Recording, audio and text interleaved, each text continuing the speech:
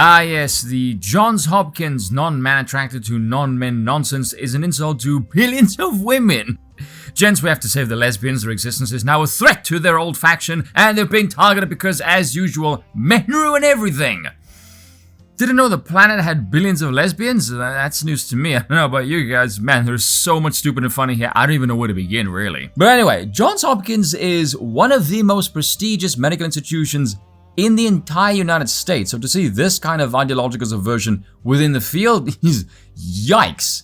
And look, here's the reality of the situation. Ladies, this stupid crap, this is all your fault. You don't see this kind of stupidity in any regime where men hold the reins of power, do you?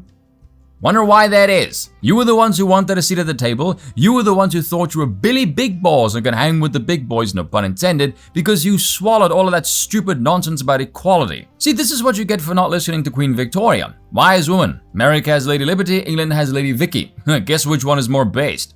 It's very simple to understand if you happen to not be an ideologically possessed moron. So let me spell that out for you. Men and women are not equal, and they never will be. Men have a natural drive to seek power and to dominate. And if you feminize everything, guess what men will do? Under the guise of feminism, equality, and allied kingship and all of that nonsense, through shrewd political exploitation, they will infiltrate your space and then aim to dominate you. Case in point, female sports. Here's the truth about the situation. If you were to take some time to examine progressivism over the course of, say, little over a century, you will recognize a pattern. And yes, I will do a video about this at some point. I've had the script laying around, but consider this a short preview. But progressivism has a power all on its own. It doesn't have any principles or ethics. Case in point, what's progressivism in the 1910s is not progressivism in the 1960s. So there's not really a lot of consistency. It's all about chasing raw power. So it will use whatever it can presently to animate opinion into the direction favored by the regime. And if you look at that four-letter acronym, well, the first three are sexualities, but the last one is not. But the last one is the one that wields all of the ideological power. The first three, they don't really matter all that much in the grand scheme of things. For example, take this little gem over here. Queer activists bash lesbian groups because they're transphobic for wanting their own spaces. Yes, what a bunch of bitches. Think about this. When was the last time you saw anyone get attacked just because they were gay or lesbian? Anyone? Case in point. Now we have the most bizarre of whirlwinds, like you're transphobic if you're a lesbian and you don't want to fillet the wang. Someone explain to me how that isn't funny. Kind of reminds me of what Henry Kissinger said about America. It has no friends, only temporary allies. And that is what they are. They're temporary allies. If it wasn't already obvious with this increasingly mismatched factions attaching itself to this contorted Frankenstein invention we have here. Intersectionality is about as well stitched together if you got Stevie Wonder to do all this sewing work. The signs were there all the time as well. Chest feeding, mothers being scrapped, pregnancy is apparently no longer sex affiliated, birthing people, all of which is extremely degrading and just, well, insane. Hell, it got so bad you even got Annika Sperm from the Young Turks questioning her loyalty. Shocker. Again, it has nothing to do with sexuality. This is just temporary animating coalitions. Anyone who's noticed the purity spirals knew the elves were going to get hosed eventually at some point. This was an inevitability. Not about sexuality, it is about attacking women. Starting with that feminism nonsense, seducing gullible women with the oppression narrative of freedom, independence, all of that bollocks. And progressive men back in the day were not exactly in favor of this stuff either. Well, not at first anyway. But they got on board with it pretty quickly. When they figured out this would get women into the workforce, they would become taxable lemmings and potentially more dependent on the state. And this would increase the power of the state. Geez, I can't figure out why those in the state would love feminism. It's a mystery it is.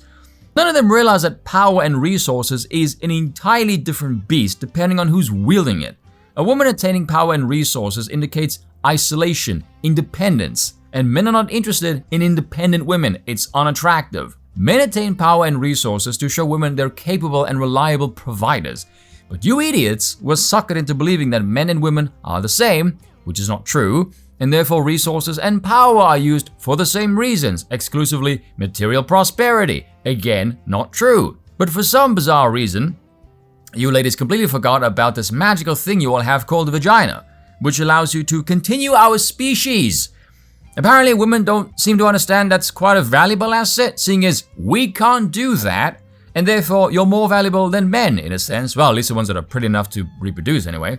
But this clown show, the starting vehicle for all of this nonsense was feminism. And this was to get women on board to tempt them with this illusion of power. Very democratic, actually. Very much the forbidden fruit in the Garden of Eden, come to think about it. Because who in the Bible was tempted? Ah, yes, it wasn't Adam. Oh, it was Eve. It was the woman. Clown show is now led by, who the hell knows? Small hats, probably. Anyway, I can't imagine this is being led by women, though, because the movement is so openly misogynistic at this point. It's not even funny. Okay, no, it is a little bit funny. I will say this, though, and this is my perspective on the whole train wreck. This all stems from women not being good leaders and being easily seduced.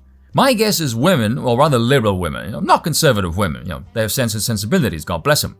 But the former, oh no, they have been suckered into this notion of needing power, not knowing the original vehicle was a temporary ruse and has long passed the stated aim of all those decades ago, and even then it was criticized.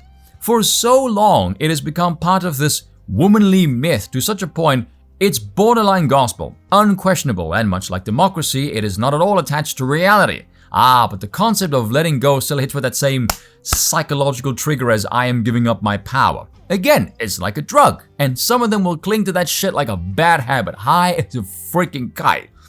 Even when it's openly misogynistic to women, nope, they will continue defending men, pretending to be them, invading their spaces. The most visible public defenders of this insanity are women. It's crazy.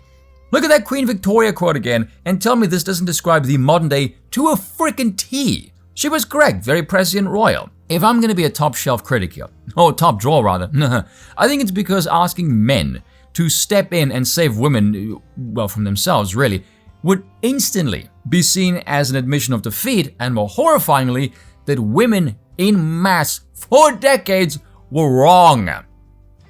You can't get any women, let alone liberal ones, to admit they were wrong about anything. So there is no shot in hell these women will ever admit they were wrong. You have a better chance of the Pope coming out as trans and admitting he's got a crush on Donald Trump.